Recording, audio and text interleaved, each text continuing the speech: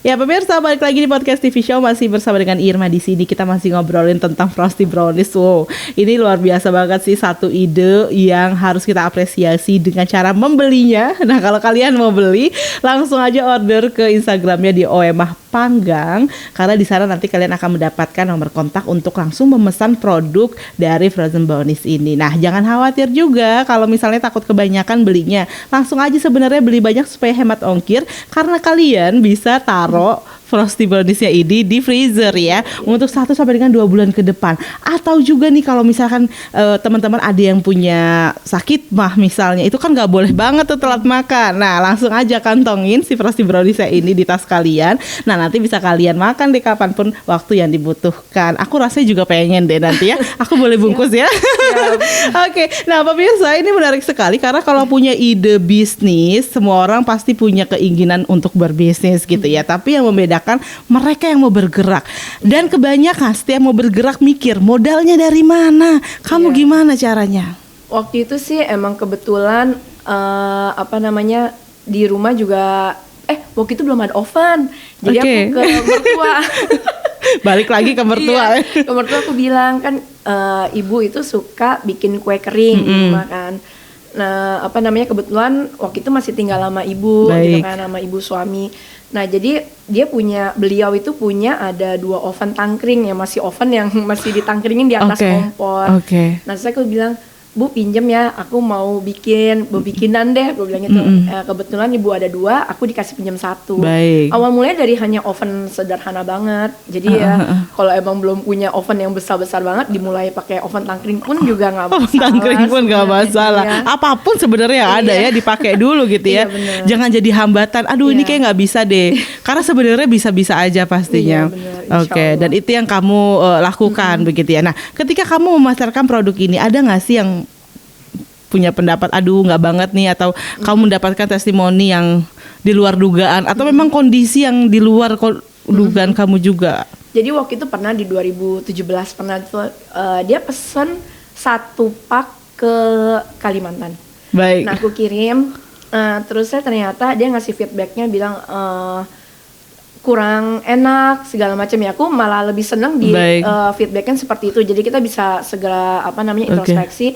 Soalnya kan kalau orang bilang enak, semua orang juga bukannya sombong ya. Maksudnya pasti untuk karena hubungan kedekatan kah, karena enak sama kita pasti akan bilangnya enak lah. Gitu. Nah, suatu waktu dia ngomong, oh ini nggak enak nih kayak gini dia jelasin. Oh yaudah makasih gitu. Dan kebetulan dia itu pesannya lewat DM Instagram. Nah, terus aku bilang, oh ya udah nggak apa-apa. Sempet down, karena memang manusia biasa. Betul. Ya kan? Aku bilang, kaget juga loh kok.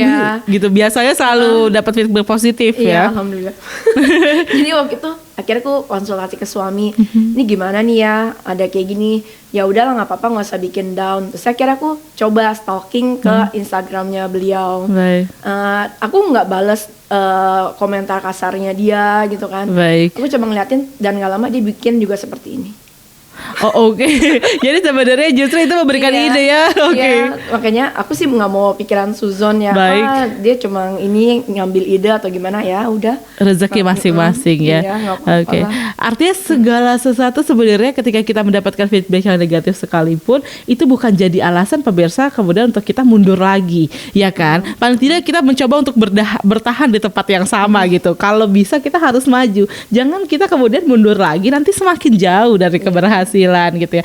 Kalau kamu yang pernah gagal selanjutnya, hal-hal yang pernah kamu lakukan, entah gagal dalam packingnya misalnya, atau dalam kamu pernah nggak sih ngirim produk sendiri terus mungkin jatuh produknya, mungkin kelupaan dan lain sebagainya. Ada cerita-cerita menarik seperti itu? Waktu itu aku pernah kirim. Untungnya beliaunya ini pesannya cuma 3 box ya. Nah, waktu itu dia pesan ke Surabaya. Nah, terusnya entah kenapa salah satu ekspedisi ini yang biasa aku kirim ke itu kayak terjadi hambatan gitu. Aku kurang tahu waktu itu, entah karena ada overload atau lain sebagainya, atau dari Jakartanya ngirim ke sana. Nah, itu sampai biasanya ke Surabaya itu kalau yang paket regulernya aja itu paling cuma 1 sampai 2 hari udah sampai. Itu sampai 8 hari.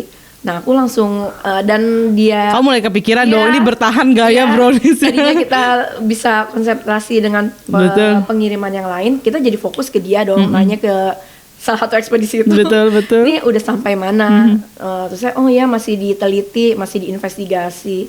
Terus akhirnya sampai di hari ke-8 aku bilang ke yang customer aku di Surabaya itu, aku nanya kalau memang ketika sampai udah nggak enak, tolong infoin saya akan kirim lagi tanpa diganti. Ketika dia makan masih enak. Masya Allah, rezeki. Aku bilang beneran Kak, ini kalau emang udah nggak enak nggak apa-apa aku ganti. Alhamdulillah masih enak. Ya udah, dia bilang gitu. Aku yang sebenarnya kan ekspedisi itu bukan tanggung jawab kita ya sebagai pemilik toko ini sebenarnya. Tapi ya karena kita ingin memberikan servis terbaik pastinya kan, pengalaman terbaik gitu. Betul. Yang paling deg-degan sih itu sih ya salah satunya lah. Kalau untuk kirim-kirim hal-hal ekspedisi ini nih yang paling deg-degan. Kalau udah semakin banyak pasti semakin pusing juga nih mana yang udah sampai dan yang belum sampai gitu ya. Oke. Nah kalau untuk menu ini begitu ya, yang susahnya itu cari bahan-bahannya itu susah apa enggak sih? Karena katanya kan kalau untuk kue kan ada beberapa bahan yang agak susah sebenarnya dicari gitu ya. Sebenarnya sih bahan-bahannya ini bisa didapetin dimanapun lah sebenarnya. Kapan-kapan kayak boleh nih kita bikin bareng di sini. Siap, latihan bareng. Latihan bareng ya. Siap, boleh banget. Tapi ketika kemarin COVID itu di bulan Maret, gula tiba-tiba ngilang. Iya bener banget. Dan akhirnya kita, aduh gimana ya, aku gitu bingung gitu kan. Di online shop pun harganya yang biasanya 12,5 bisa jadi 19.000, 22.000. Aduh, akhirnya kita sempet stop sampai sebulanan nggak produksi. Karena si gulanya itu nggak ada gitu. Baik. Akhirnya suami bilang emang harus pakai gula merek itu gitu. Sebenarnya sih enggak ya. Ya udah coba aja, cek aja, siapa tahu ada gula halus nggak yang terlalu tinggi, terlalu pricey kan. Ternyata bener gula halus itu nggak mahal. Akhirnya aku pakai itu. Aku langsung order kira-kira sampai belasan kilo lah. Alhamdulillah. Dia harganya masih lebih murah dibandingin gula yang biasa kamu pakai. Iya. Artinya ketika kamu masa pandemi itu juga kamu sebenarnya sempat down karena kamu nggak bisa jualan, karena kamu nggak bisa produksi kan. Iya benar. Tapi kamu menemukan hikmah lain. Iya benar. Apalagi kan ketika kita COVID awal-awal orang parnonya tuh luar biasa. Betul. Ini benar nggak sih? Ini orang sehat nggak sih ya bikin produknya sehat nggak ya? Kayak mau jajan aja takut gak sih kayak aku aja sampai harus masak sendiri di rumah yang nggak pernah masak. Saking takutnya. Akhirnya kita sempat bikin aku bikin story di Instagram misalnya kayak kita bikin lagi pas ketika ngelelehin coklat aku pakai sarung tangan. Maksudnya buat memastikan aja kalau kita itu mematuhi standar COVID juga. Gitu kan. Protokol kesehatan tetap kami ikuti begitu ya. Ya walaupun dapur sederhana. Tapi insya Allah lah kita sehat lah. Nah karena memang di masa pandemi ini yang paling penting berjualan makanan bukan cuma cita rasa begitu ya, tapi lagi-lagi adalah keamanan dari makanan itu sendiri. Karena banyak orang yang akhirnya memilih untuk menikmati makanan buatan sendiri karena khawatir proses pembuatan makanan ini tidak sesuai dengan standar kesehatan. Tapi di Allah panggang insya Allah semuanya sesuai dengan standar kesehatan ya. Karena dibuatnya juga tadi menggunakan sarung tangan, terus kemudian juga dipastikan masker juga dipakai gitu ya. Dan Mbak Vivi juga dalam keadaan sehat. Insya Allah sehat. Nah Mbak Vivi sampai dengan hari ini tuh sudah cukup agak lama ya kamu membuka bisnis ini. Sudah ada yang bantu belum? Sejauh ini waktu itu pernah ada orang yang ngebantuin. Tapi akhirnya ya pasti terlalu banyak drama di mana-mana. SDM itu kadang-kadang ya akhirnya aku lebih memilih sendiri dulu sih selama ini. Dan masih bisa kekejar produksinya karena ini bisa disimpan sebenarnya. Iya benar. Jadi kadang-kadang aku itu produksi misalnya di hari Senin, Selasa, Rabu untuk nyetok sekaligus langsung banyak. Baik. Berapa lama sih waktu yang kamu butuhkan untuk membuat satu brownies ini? Atau dalam sekali bikin kamu bisa memproduksi berapa banyak brownies? Kalau satu hari itu aku bisa bikin insya Allah sih sekitar 35 dus. Baik. 35. Dalam satu kali produksi ya? Iya. 35 dus? Iya. Dalam satu dus ada berapa? 35 pak isinya 5 satu ini. Satu pak 5 dikali 35? Iya. Banyak ya pemirsa. Itu kamu kemas sendiri. Iya benar. Suami gimana? Ya dia hanya support aja, semangat. Oke. Anak-anak.